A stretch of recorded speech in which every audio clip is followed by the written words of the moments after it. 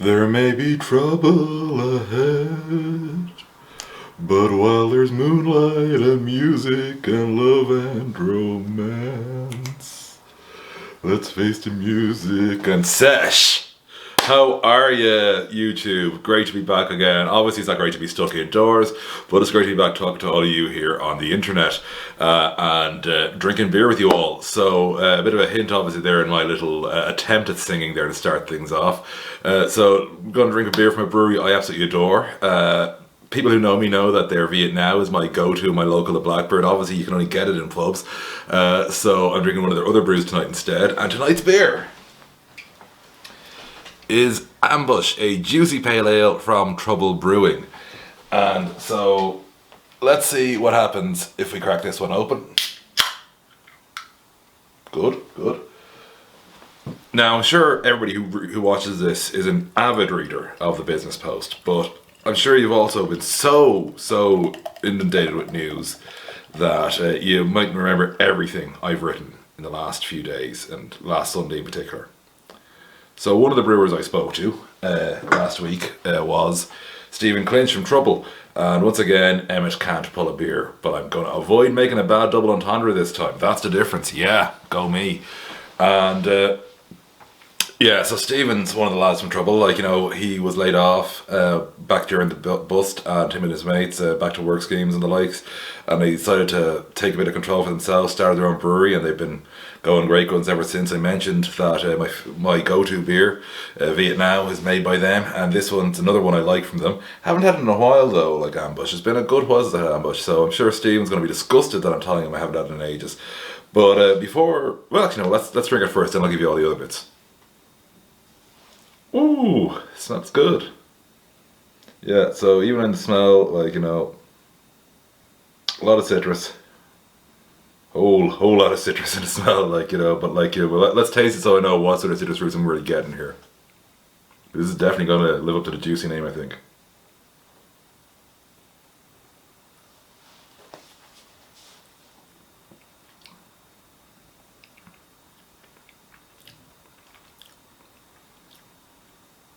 A little bit of watermelon.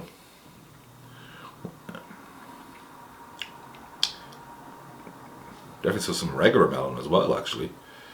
There's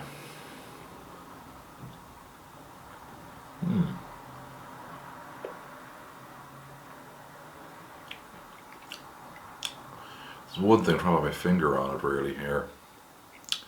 It's yeah, it's a bit of mango. It's a bit of mango. That's what it is. I was trying to work it out. Yeah, no, this again, lovely. Gonna look at the texture in a second because I'm gonna have another sip for that. But flavour, there's a lot going on, as you can tell, because I had to really think when I was trying to work out what's going on in my mouth here. It is very sort of bitter fruit, but like bitter, but not in a harsh way. We haven't had really any harsh ones in this one yet.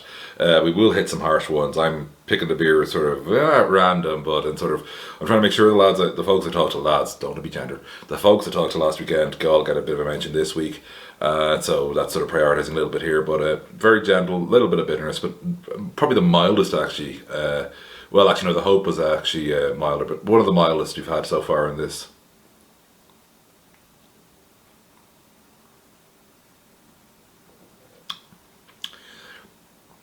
Looks heavier than it is. It's actually quite mild on the palate in terms of sort of, you know, body, and that makes it into my beautiful category of danger beer, because this bad boy is only 5%, which isn't huge, but can you be a danger beer at 5%? I think you can. It's a little too refreshing. I mean that in a good way, as in you got to be smart when you're drinking this.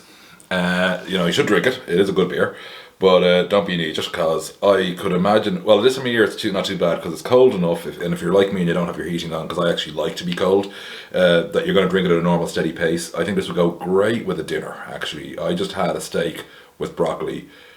Steak was possibly a bit too much, but duck actually will be amazing with this. You know, roast duck fillet will be perfect with this in terms of a pairing, and light bit of veg on the side. Maybe I had a carrot and sweet mash with me, duck fillet last night. That would actually, all those would really work really well together.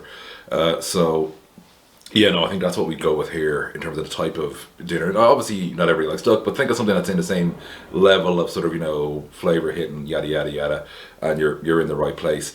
Now, in terms of the summer, this is an absolute danger, lethal beer. Because I just tasting this, feeling how refreshing it is. And even in 440ml cans, I would absolutely crush this. This would be Skull City.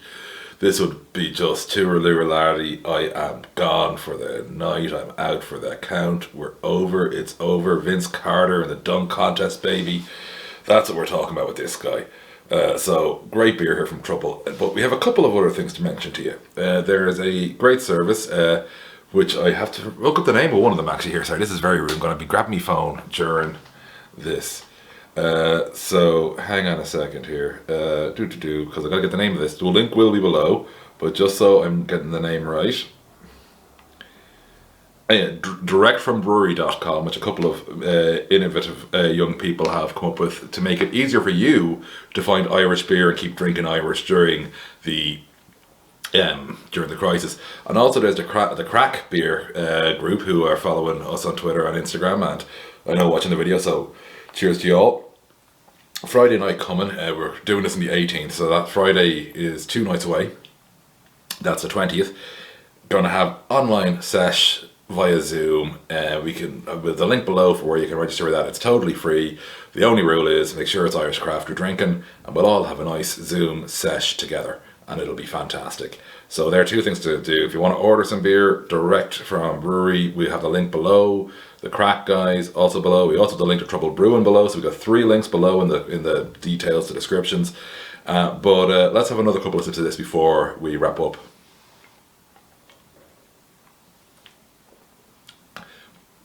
Yeah, this is a great beer.